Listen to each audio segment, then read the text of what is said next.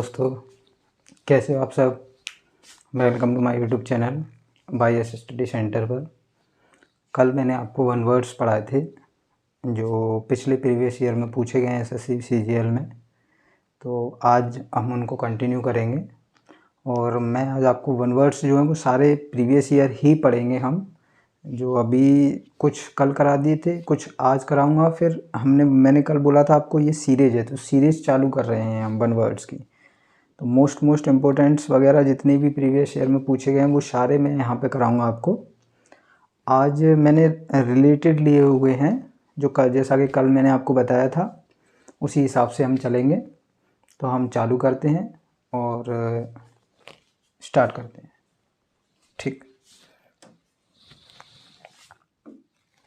देखिए क्या लिखा है अपना, all one words substitutions SSC CGL previous year type wise पढ़ेंगे हम इनको।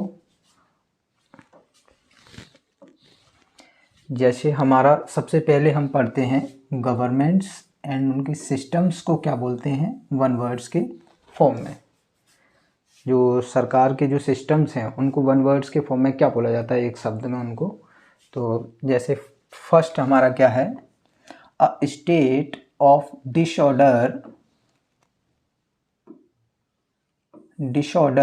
Due to absence of authority और अदर कंट्रोलिंग सिस्टम। देखिए यहाँ पर एक शब्द है एब्सेंस। कल मैंने आपको एब्सेंस बताया था यानी कि अनुपस्थिति या अदर कंट्रोलिंग सिस्टम। एक ऐसा राज्य, अ स्टेट ऑफ डिसऑर्डर, एक ऐसा राज्य जो क्या है डिसऑर्डर है, जिसकी स्थिति जो है वो ऑर्डर में नहीं है।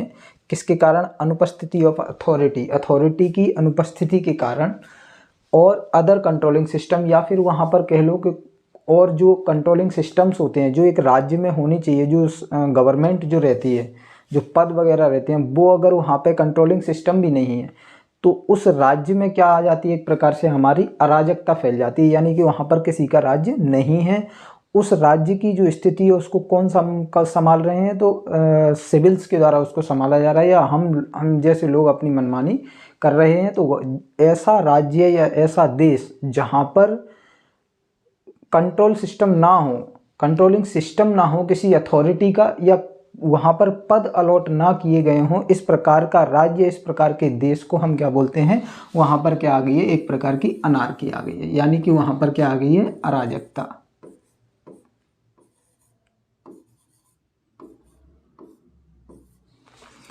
यहाँ मैं आपको एक रूट वर्ड बताता हूँ, और वो जो रूट वर्ड है अगर किसी भी वर्ड के पीछे लग गया तो उसका मतलब समझ लेना कि उस रूट का मतलब होता है आर्की, और आर्क जो रूट है उसका मीनिंग होता है तुम्हारा रूल या शासन। रूल या अपन बोल सकते हैं शासन। ये रूट वर्ड जो है ये अधिकतर अपना कहाँ पे मिलेगा हमें देखने को, गवर्नमेंट्स और उनके सिस्टम्स में। ये समझ में आया आपको। सेकंड हम पढ़ते हैं, a form of government in which power is held by the nobility.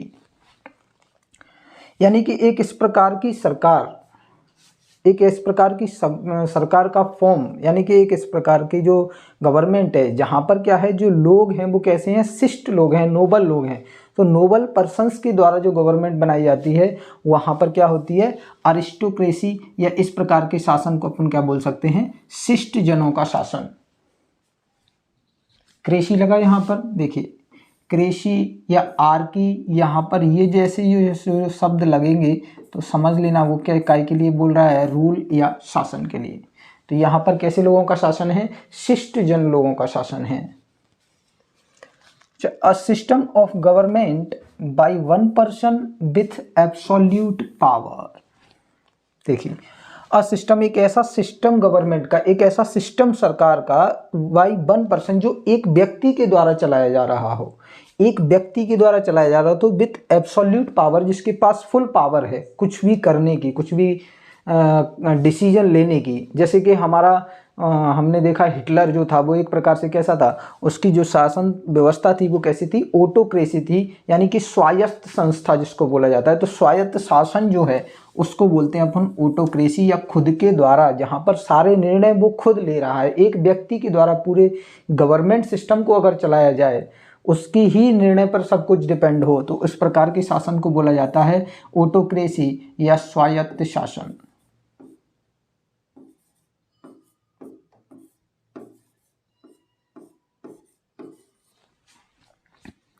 Next है हमारा अ सेल्फ गवर्निंग कंट्री और रीजन।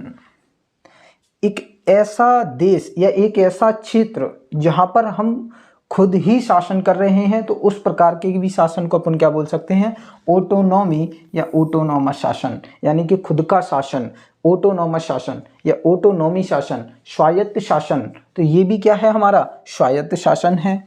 ये दोनों सेम ही हैं अपने। अ system of government by one person या सेल्फ गवर्निंग कंट्री और रीजन, खुद देश या कोई एक ऐसा क्षेत्र जो खुद ही वहां पर शासन कर रहा है।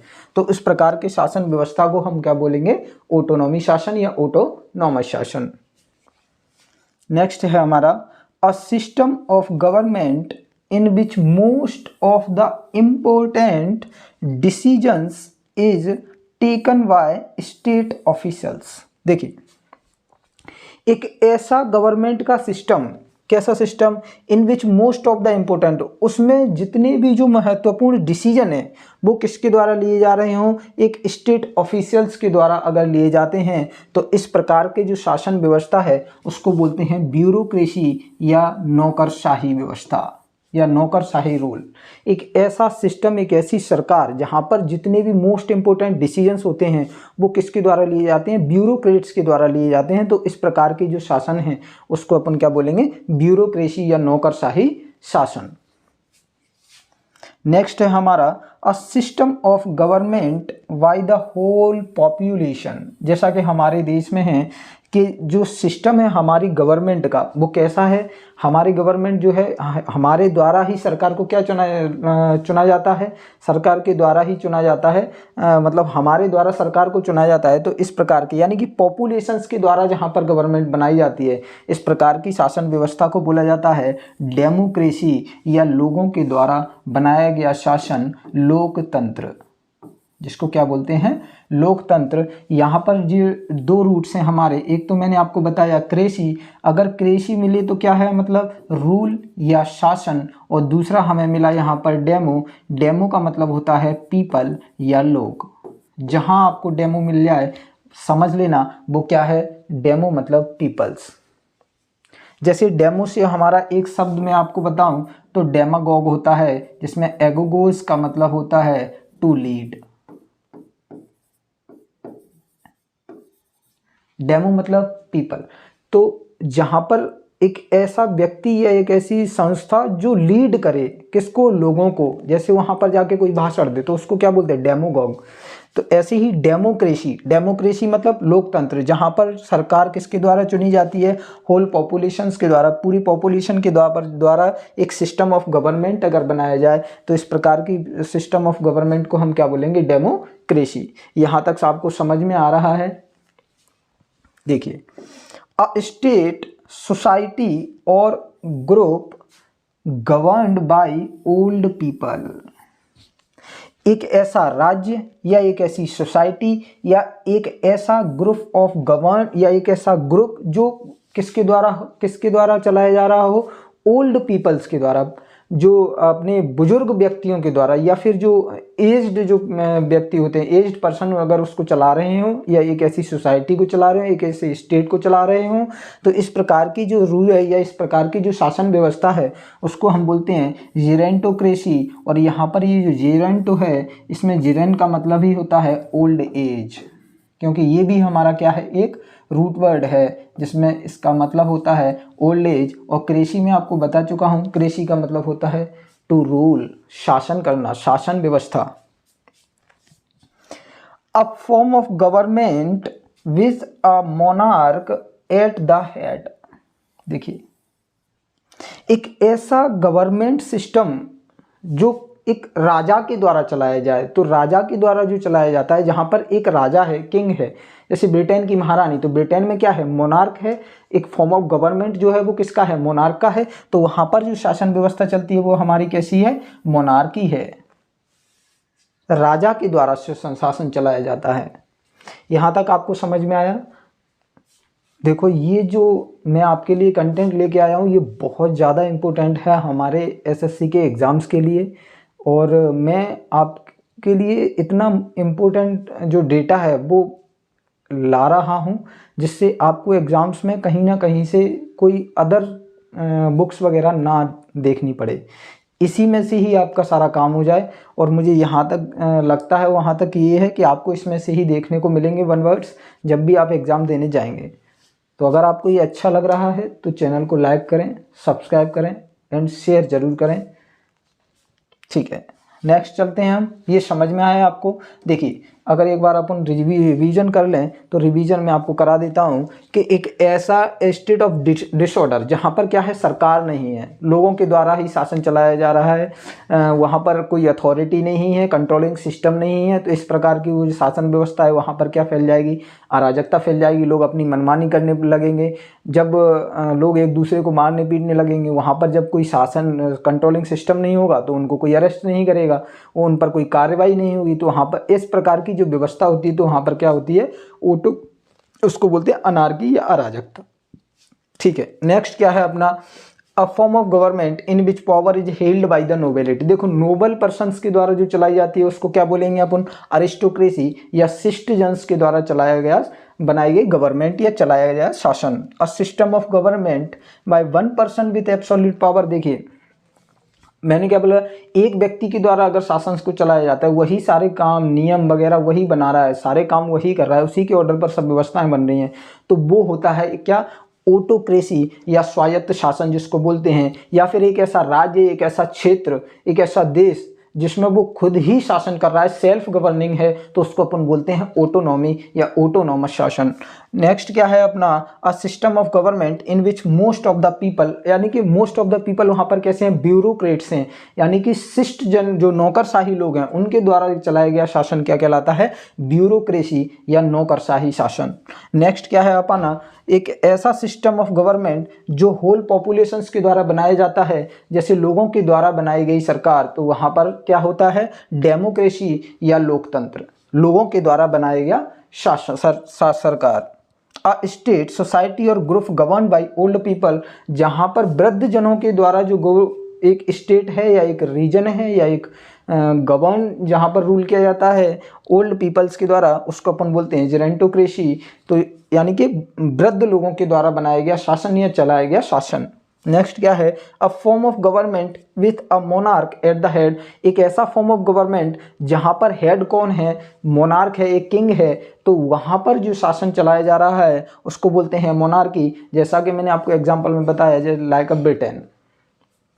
नेक्स्ट क्या है हमारा, हम नेक्स्ट स्लाइड पर आते हैं। देखिए सिस्टम, गवर्नमेंट सिस्टम ही पढ़ रहे हैं। अ स्टेट और कंट्री, अ स्टेट और country run by the roast people. देखिए तो जो रोस्ट पीपल्स के द्वारा अगर एक स्टेट या एक कंट्री को चलाया जा रहा हो तो वहाँ पर जो शासन व्यवस्था है उसको बोलते हैं कैकिस्टोक्रेसी, या फिर यहाँ पर जो कैकस है इसका मतलब ही होता है बेकार या बुरा या रोस्ट या भद्दा, और क्रेशी का मतलब मैं आपको बता चुका रूल, तो यहाँ पर हमें एक और वर्ड मिला कैकिस्टोक्रेसी या बुरे लोगों के द्वारा या रोस्ट पीपल्स के द्वारा बनाया गया शासन या चलाया गया शासन। Next, a government by new और इनएक्सपीरियंस्ड हैंड्स, यानी कि ऐसी सरकार, एक ऐसा गवर्नमेंट जो नए लोग या इनएक्सपीरियंस, जो अनुभवहीन व्यक्ति हैं उनके द्वारा अगर कोई गवर्नमेंट फॉर्म हुई है तो इस प्रकार का जो शासन है, इस प्रकार की जो व्यवस्था है उसको बोलते हैं न्यूक्रेसी, और यहाँ पर न्यू का मतलब ही होता है इनएक्सपीरियंस्ड या अनुभवहीन। कृषि का मतलब आप समझ गए, कृषि मतलब to rule. Next, a small group of people having control of a country और ऑर्गेनाइजेशन, यानी कि एक देश या फिर एक ऐसा संगठन, एक ऐसा ऑर्गेनाइजेशन जहां पर एक गवर्नमेंट या एक ऐसा सिस्टम या संगठन बनाना जो फ्यू पीपल्स के द्वारा, कब लोगों के, स्मॉल ग्रुप ऑफ पीपल्स के द्वारा बनाया गया हो, तो इस प्रकार का जो शासन है उसको बोलते हैं ओलिगार्की। और यहाँ पर ओली का मतलब ही होता है सर फ्यू। ये हमारा रूट मान लीजिए, ये हमारा क्या है, रूट है ओली। यहाँ तक समझ में आया। नेक्स्ट हम पढ़ते हैं a government by the wealthy people. देखिए धनी व्यक्तियों के द्वारा या रिच पीपल्स के द्वारा जो गवर्नमेंट फॉर्म होती है उसको बोलते हैं हम प्लूटोक्रेसी। और यहाँ पर प्लूटो का मतलब ही होता है वेल्थी या रिच।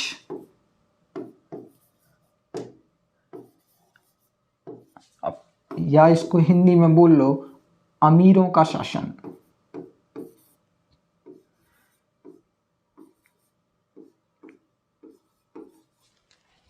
ये समझ में आया यहाँ तक। नेक्स्ट है हमारा a government not connected with religious और स्पिरिचुअल मैटर्स।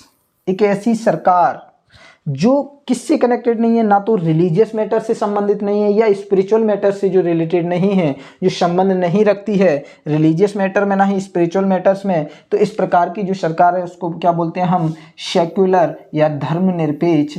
जैसा कि हमारा जो संविधान है उसमें लिखा है कि जो धर्मनिरपेक्ष है हमारा राज्य, मतलब किसी भी धर्म में क्या नहीं करता है, उसको हस्तक्षेप नहीं करता है। तो ये सेक्युलरिटी जो, हाँ, एक ऐसी गवर्नमेंट है, एक ऐसा सरकार है जो रिलीजियस और स्पिरिचुअल मैटर में क्या नहीं है, कनेक्टेड नहीं है। A political system based on government of man by God.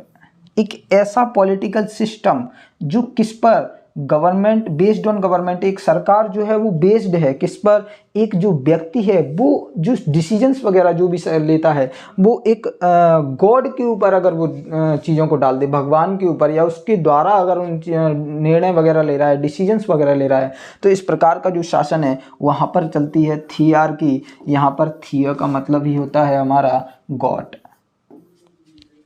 तो एक हमें यहाँ पर मिला रूट थिया, थिया का मतलब गॉड या भगवान। एक हमें यहाँ पर मिला सर ओली, मतलब फ्यू या कुछ। एक हमारा यहाँ पर मिला नियो यानी इनएक्सपीरियंस्ड या अनुभवहीन। ये सब हमारे रूट वर्ड्स हैं। अभी ये जो वन वर्ड्स हमारे कंप्लीट हो जाएंगे तो मैं आपको कुछ क्लासेस आपकी रूट वर्ड्स की डाल दूंगा, क्योंकि मेरा जो मेन उद्देश्य है वो आपको क्या है, रूट वर्ड्स की बुक्स जो है नॉर्मल लुइस की, जो पिछली क्लासेस में आपको बता चुका हूँ, उनको उसको कंप्लीट करना पूरी। तो कुछ कुछ रूट्स हैं जो मैं आज आप यहाँ पर आपको बताता भी जाऊँगा, जिससे जब मैं उसे पढ़ाऊँगा तो आपको अच्छे से वो समझ में आएगा। चलें सर नेक्स्ट स्लाइड पर। देखिए अब हमारे आ गए one words for individual character person और पीपल। यानी कि जो पीपल हैं, लोग हैं, व्यक्ति हैं, या उनके जो कैरेक्टर हैं, जो चरित्र हैं, वो इंडिविजुअल पर्सनालिटी किस प्रकार के होते हैं लोग, वो यहाँ पर हम देखेंगे। अब हमारे गवर्नमेंट और सिस्टम्स जितने थे इंपॉर्टेंट वो मैंने आपको कराए, बाकी के और अगर होंगे तो वो हमें आगे की स्लाइड्स में देखने को मिलेंगे या फिर मैं आगे उनको बताऊंगा। ठीक है, चालू करें। देखिए, one who is not sure about God's existence. एक ऐसा व्यक्ति जिसको भगवान का जो अस्तित्व है उस पर वो श्योर नहीं है, मतलब वो कह नहीं सकता कि ईश्वर है या नहीं है।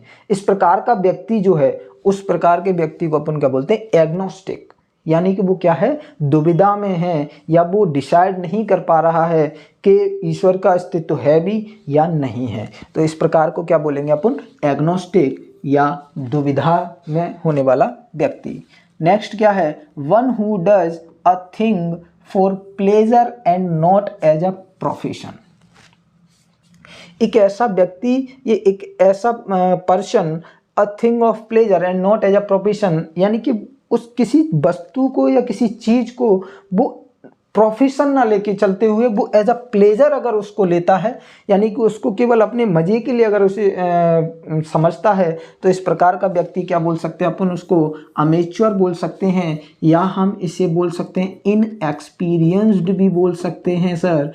इसे बोलते हैं अपन अनुभवहीन व्यक्ति, अमेच्योर। बचकाना बोल दीजिए आप इसको, ये भी है क्योंकि उसे एक्सपीरियंस्ड नहीं है। वन हु कैन यूज इधर बोथ हैंड्स, ये मैं आपको पता नहीं कितनी बार बता चुका हूँ। एम्बी डेक्स्ट्रस, एम्बी बैलेंट मैंने आपको बताया था, एम्बी डेक्स्ट्रस मैंने आपको बताया। देखिए बोथ हैंड्स का प्रयोग जो करें, मैंने क्या बोला आपको कि यहाँ पर ये जो डेक्स्टर है, पिछली कक्षा में मैं आपको बता चुका हूँ कि ये जो डेक्स्टर है इसका मीन्स क्या होता है, राइट हैंड या फिर स्किलफुल, स्किलफुल। दूसरा एमबी का मीन्स बोथ, यानी कि जो दोनों हाथों में निपुण हो, कोई भी काम करने में, लिखने में, पढ़ने में, कुछ भी करने में, तो इस प्रकार के व्यक्ति को क्या बोलते हैं अपन, एम्बी डेक्स्ट्रस, या OUS हमारे यहाँ पर क्या है, एडजेक्टिव सफिक्स है। देखो, a person who has changed his faith, एक ऐसा व्यक्ति जो अपने ही फेथ को क्या कर दे, चेंज करे, चेंज हिज फेथ, तो वो क्या कर रहा है, एपोस्टेट है वो, यानी स्वधर्म त्यागी है। उसने खुद की मर्जी से अपने चेंज कर दिया, किसको, फेथ को, या अपने भरोसे को क्या कर दिया, चेंज। तो उसने क्या किया, अपने धर्म को त्याग दिया, यानी स्वधर्म त्यागी।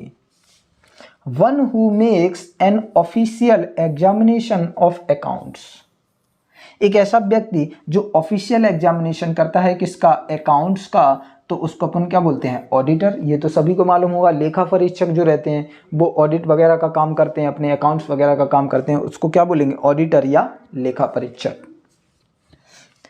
नेक्स्ट है हमारा one who does not believe in existence of God. देखिए, इसे क्या नहीं है, बिलीव नहीं है, भरोसा नहीं है, किस पर, भगवान के अस्तित्व पर। ये क्या है, संदिग्ध है, इसको मतलब इसका अस्तित्व भी नहीं है और अस्तित्व भी है, मतलब ये संदिग्ध व्यक्ति है, इसको ईश्वर के अस्तित्व पर क्या है, श्योर नहीं है ये, लेकिन ये इसको बिलीव ही नहीं है, इसको भरोसा ही नहीं है कि ईश्वर का अस्तित्व है भी या मतलब है ही नहीं। तो एग्जिस्टेंस ऑफ गॉड यानी अथीस्ट, तो इस प्रकार के व्यक्ति को क्या बोलते हैं अपन, अथीस्ट बोलते हैं, या अपन इसको बोल सकते हैं नास्तिक। अच्छा, अगर मैं यहां पर डज नॉट को हटा दूं और मैं लिखूं one who does believe in existence of God, one who does believe in existence of God, यानी कि एक ऐसा व्यक्ति जिसको ईश्वर के अस्तित्व पर भरोसा है। तो मैंने आपको अभी इससे पिछली वाली स्लाइड में क्या बताया, सर थिया का मतलब होता है गॉड, भगवान, यहाँ पर लगा है थिया। सर यहाँ पर कहाँ है अपना, ये रहा थिया, तो थिया का मतलब क्या हो गया सर, गॉड, यानी कि एग्जिस्टेंस ऑफ गॉड, गॉड का नाम आया, यानी अथीस्ट। ये जो ए है हमारा, जो प्रीफिक्स लगा हुआ है ए, यहाँ पर हमें नेगेटिव मीनिंग दे रहा है। अब जो नास्तिक तो ये हो गया, लेकिन जिसको भरोसा है वो क्या होगा फिर, सर वो थीस्ट होगा, उसको क्या बोलेंगे हम, थीस्ट बोलेंगे। और थीस्ट का मतलब क्या होता है सर, आस्तिक, यानी कि उसको भरोसा है किस पर, ईश्वर के अस्तित्व पर। तीन हमने समझे, one who does not believe in existence of God, atheist, one who does believe in existence of God, theist, और वन हु डज नॉट या one who is not sure about God's existence, जो sure नहीं है, संदिग्ध है, उस प्रकार के व्यक्ति का बोलेंगे अपन एग्नोस्टिक। ठीक है, नेक्स्ट क्या है हमारा, one who leads an austere life. Austere का मतलब क्या है, देखिए एक ऐसा व्यक्ति, ये जो है ये मैं आपको पिछली कक्षा में पढ़ा चुका हूं, एस्केटिक। ये कैसा जीवन जी रहा है, सन्यासियों वाला। इसने क्या किया, जितने भी भौतिक सुख सुविधाएं हैं उनको त्याग दिया, ये सेल्फ डिनायल हो गया और ये एसेटिक हो गया। या ऐसे व्यक्ति जो हैं वो क्या कहलाते हैं, बौद्ध भिक्षु हो गए, सन्यासी हो गए, ये भौतिक सुख सुविधाओं से दूर रहते हैं, यानी कि ऑस्टर लाइफ कर रहे हैं। One who leads an austere life, यानी कि कैसा, सन्यासियों वाला जीवन जी रहे हैं, तो इसको क्या बोलेंगे अपन, एसेटिक या सन्यासी। नेक्स्ट क्या है, an unconventional style of living, यानी कि अनकन्वेंशनल स्टाइल ऑफ लिविंग, जिसकी जीने की कला जो है वो कन्वेंशनल नहीं है, कन्वेंशनल ना हो, अनकन्वेंशनल हो, तो उसको अपन बोलते हैं बोहेमिया या रूढ़ी मुक्त व्यक्ति। जो रूढ़ीवादी नहीं है वो रूढ़ी मुक्त है, बोहेमिया है वो। तो ये यहाँ तक आपको समझ में आए सर? अब अगर आपको अच्छा लग रहा है तो प्लीज़ चैनल को लाइक ज़रूर करें। लाइक जितना करोगे आप उतना ही मुझे अच्छा लगेगा सर, जिससे मैं और अच्छे से आपको पढ़ा पाऊँगा। धीरे धीरे मैं आपके लिए और अच्छा कंटेंट ला रहा हूँ, क्योंकि आपका एग्ज़ाम भी नज़दीक है मुझे पता है, तो मैं वो चीज़ें आपको पहले करा रहा हूँ जो अधिकतर एग्ज़ाम्स में मैक्सिमम नंबर्स की आती हैं। जैसे वन वर्ड्स हो गए, ईडियम फ्रेजेस हो गए हमारे। मैं आपके लिए अभी एंटोसिनो भी लेके आऊँगा। ये आपका जो वोकैब का पोर्शन है जो आना ही है वो मैं आपको कंप्लीट करा दूँ एटलीस्ट। चलो पढ़ते हैं नेक्स्ट स्लाइड पर। देखिए यहाँ पर टाइप्स ऑफ होम्स के बारे में पढ़ रहे हैं, घर के बारे में। देखिए अ कन्विक्ट लिव्स इन, तो जो कन्विक्ट हैं, जो दोषी लोग हैं, जो दोषी व्यक्ति हैं, वो कहाँ पर रहते हैं? जैसे किसी ने कोई किया काम, गलत काम किया, उस पर कोई चार्ज लग गया, तो उस वो क्या हो गया? हमारा दोषी हो गया गवर्नमेंट की नज़र में। तो सरकार गवर्नमेंट की नज़र में तो उसे न्यायालय के द्वारा पहुंचाया गया न्यायालय में, तो वहाँ से उसको सज़ा मिली, तो वो क्या बना? फिर दोषी बना।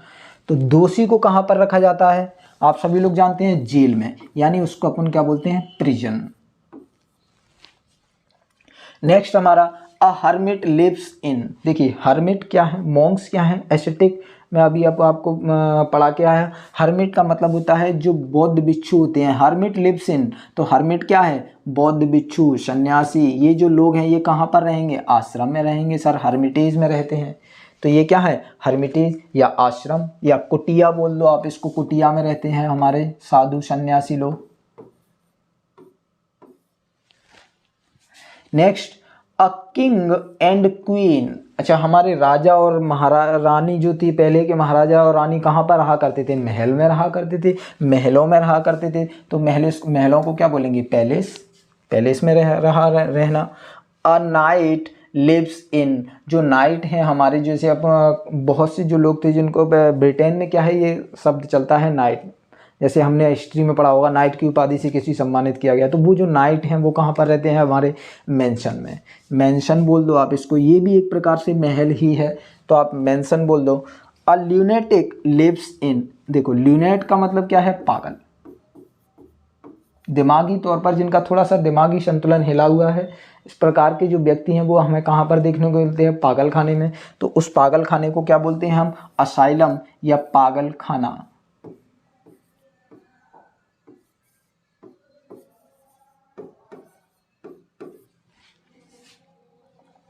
नेक्स्ट क्या है?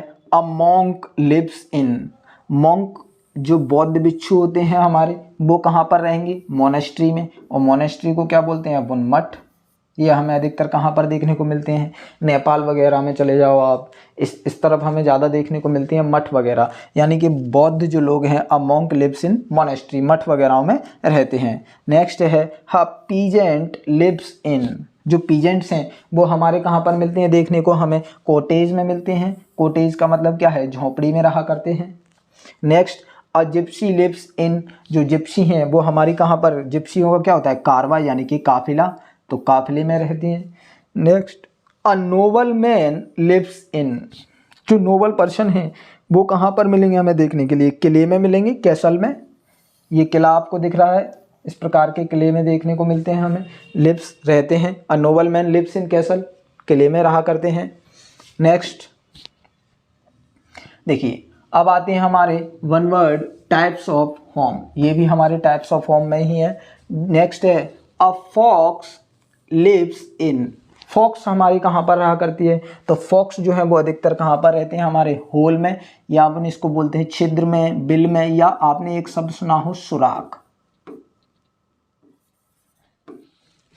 तो जो फॉक्स है वो हमारी कहाँ पर रहती है? बिल, छिद्र या सुराख। Next a pig. जो पिग हैं, जो शुअर हैं, वो कहाँ पर रहते हैं? हमारे स्टाय, तो यानी कि शूकरशाला, इसको क्या बोलते हैं? शूकरशाला में जो पिग रहते हैं हमारे वो कहाँ पर रहते हैं? शूकरशाला में, या स्टाय उसको बोल देते हैं हमारे वन वर्ड के फॉर्म में। अच्छा रैबिट जो है वो कहाँ पर रहते हैं? तो ये भी ब्यूरो बोलते हैं रैबिट के रहने के स्थान को, या मांद बोला जाता है।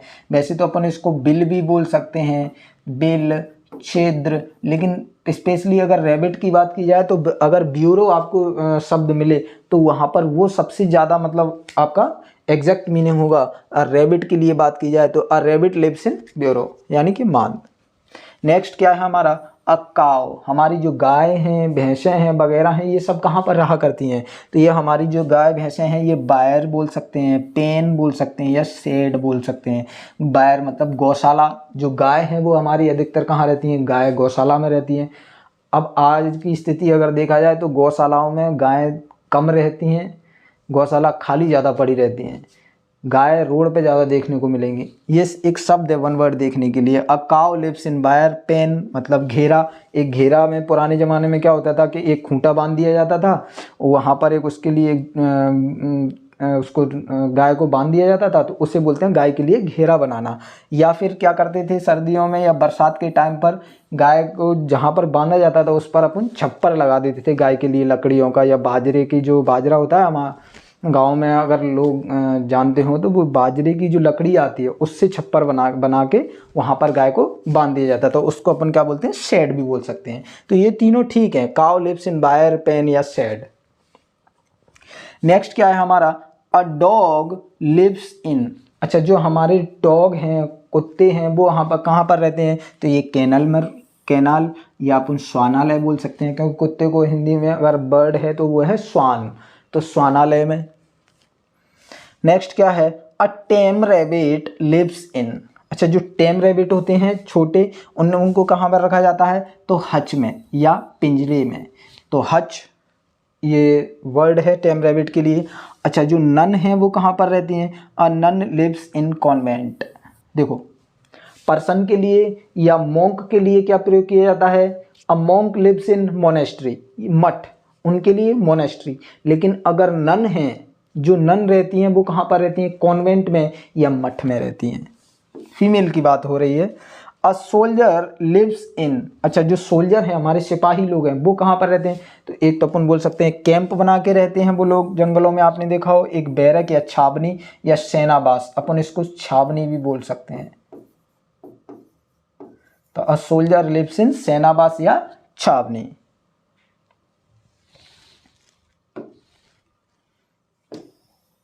नेक्स्ट क्या है हमारा, अ प्रीस्ट लिव्स इन। जो प्रीस्ट हैं, जो पुजारी लोग हैं, वो कहाँ पर रहेंगे? तो पूजा वाले स्थान में रहेंगे, प्रेसबाइटरी में रहते हैं। तो उसका अपन क्या बोलते हैं? प्रेसबाइटरी या पूजा स्थान। तो अ प्रीस्ट लिव्स इन पूजा स्थान या मंदिर में बोल सकते हैं अपन, या प्रेसबाइटरी, इसको वन वर्ड में के फॉर्म में बोलते हैं अपन, प्रेसबाइटरी में या पूजा वाले स्थान में। यहाँ तक सर आपको समझ में आया? मेरी क्लास आपको कैसी लगी? आज के लिए सिर्फ इतना ही। नेक्स्ट अपन क्या है कि अगली क्लास में और इससे रिलेटेड जितने भी वन वर्ड हैं वो सब पढ़ेंगे। और अगर आपको क्लास अच्छी लगी है तो लाइक ज़रूर करें, शेयर करें एंड सब्सक्राइब करना ना भूलें। YS study centre, YS study centre,